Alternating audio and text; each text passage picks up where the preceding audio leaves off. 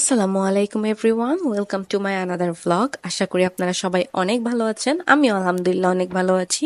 So আজকের এই ভ্লগে আমি আপনাদের সাথে শেয়ার করব আমার একটা এক্সপিরিয়েন্স, যেটা ছিল হচ্ছে আমার ইন্ডিয়ার ভিসা নেওয়ার জন্য একটা খুবই স্ট্রাগল, খুব বড় স্ট্রাগল ছিল আসলে। কারণ তখন ইন্ডিয়ার ভিসা পাওয়া ততটা ইজি ছিল না, কারণ তখন আসলে ইন্ডিয়ার সাথে অনেক ধরনের পলিটিক্যাল ইস্যুস চলতেছিল, যার কারণে ইন্ডিয়ার ভিসা পাওয়াটা খুব টাফ ছিল। বাট আমরা আলহামদুলিল্লাহ অনেক কষ্টের পরে ভিসাটা পেয়েছি।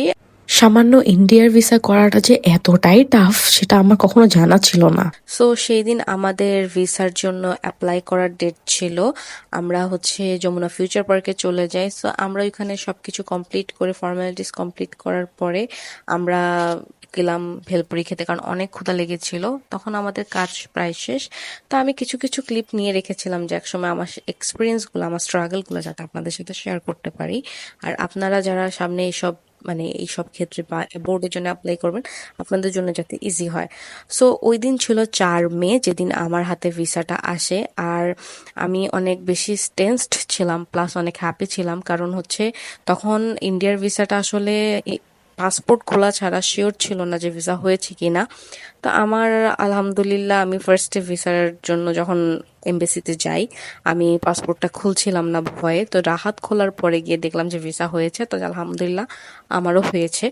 তো আমি যেহেতু অ্যাপ্লিকেন্ট অ্যান্ড রাহাত স্পাউস হিসেবে দাঁড়িয়েছিল, সো যার কারণে আমাদের ভিসাটা ওই সময়কার এত টাফ সিচুয়েশন গুলোর মধ্য দিয়েও ফার্স্ট উইকে আমরা, এক উইকের মধ্যে আমরা পেয়ে যাই। এটা সেই ভাইয়ের অফিস যেখান থেকে আমরা মেনলি ভিসা গুলো হচ্ছে অ্যাপ্লাই করি আমার ইন্ডিয়ার জন্য মেইনলি। তো এই প্রসেসিং গুলো চালানোর সময় বারবার আমাদের ওনাদের কাছে গিয়ে অনেক রিকোয়েস্ট করতে হয়েছিল, কারণ অনেক মানুষের লাইন ছিল যে ভিসা দরকার, কারণ কারো মেডিকেল, কারো স্টুডেন্ট, কারো ভিএফএস এর জন্য, বা কারো হচ্ছে ট্যুরিস্ট। বাট ওই সময় ট্যুরিস্ট তো পুরাই বন্ধ ছিল, তো মেইনলি চলতেছিল হচ্ছে মেডিকেল বা স্টুডেন্টদের। আমার এটা হচ্ছে ফিনল্যান্ডের ভিএফএস ফেস করার জন্য ইন্ডিয়ার ভিসাটা নেওয়া। কারণ আমার ফিনল্যান্ডে স্টুডেন্ট ভিসার জন্য আমি আর আমার হাজব্যান্ড অ্যাপ্লাই করেছি, আমি অ্যাপ্লিকেন্ট হিসেবে আর আমার হাজব্যান্ড স্পাউস হিসেবে। সো আমাদের ইন্ডিয়ার ভিসাটা তখন খুব বেশি দরকার ছিল, আর তখনই ইন্ডিয়ার ভিসার খুবই ক্রাইসিস চলতেছিল। ঠিক সেই দিন আবার আমার পাসপোর্ট অফিসে যাওয়া লাগে, কারণ আমার পাসপোর্ট রিনিউ করতে দিয়েছিলাম, সেই পাসপোর্টটা কালেক্ট করতে। অ্যান্ড আমার সিরিয়াল নাম্বার ছিল 267, কিন্তু তেমন কোনো মানুষ ছিল না, বিধায় জলদি পেয়ে গিয়েছিলাম। আর আমার পাসপোর্ট রিনিউ করা লেগেছিল, কারণ আমার সেকেন্ড পাসপোর্টটা হচ্ছে গিয়ে মেয়াদ একটু কম ছিল, যার কারণে আমার ভিসার দরকার ছিল 3.5 বছরের। সো যার কারণে আমার নতুন করে রিনিউ করা লেগেছিল পাসপোর্টটা। আমি আমার ফিনল্যান্ডের পুরো অ্যাব্রোডের এই প্রসেসটা করেছিলাম ইরিট্রা ইন্টারন্যাশনাল থেকে। ভাইয়াদের কাজগুলো একদম পারফেক্ট, কারণ আমি কোনো এজেন্সি বিশ্বাস করি না, যেটা টু বি অনেস্ট। আমি অনেক অনেক এজেন্সি ঘুরেছি, দেখেছি। ইভেন টু বি অনেস্ট, আমি একটা এজেন্সিতে যখন কাজ করার জন্য একবার দিয়েছিলাম, তখন অনেক বড় একটা বিপদে পড়তে নিয়েছিলাম, বাট আলহামদুলিল্লাহ বেঁচে গেছি।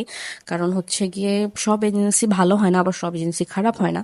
তো আমার এরিটসের সাথে কাজ করাটা একদম আলহামদুলিল্লাহ, আমি অনেক শুক্রিয়া আল্লাহর কাছে যে ভাইয়াদের কাজগুলো আসলেই পারফেক্ট। ওই দিন আবার আমি আমার আইএলটিএস এর রেজাল্টটা তুলতে গিয়েছিলাম।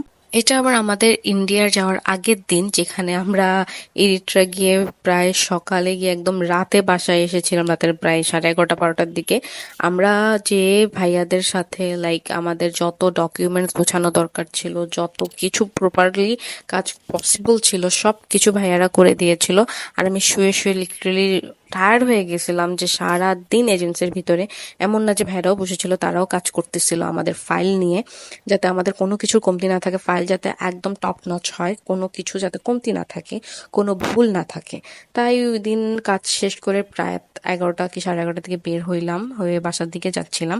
আমাদের পরের দিন দুপুর 2:30টার দিকে ফ্লাইট ছিল। আমি ফিনল্যান্ডের জন্য 2024-এর জুন জুলাইতে অ্যাপ্লাই করেছিলাম জানুয়ারি ইনটেকের জন্য। বাট তখন আসলে জানুয়ারি ইনটেকের সিট কম থাকে, ভার্সিটি সবগুলো অ্যাভেলেবেল হয় না, তো যার কারণে আমার আসলে অ্যাডমিশনটা হয়নি।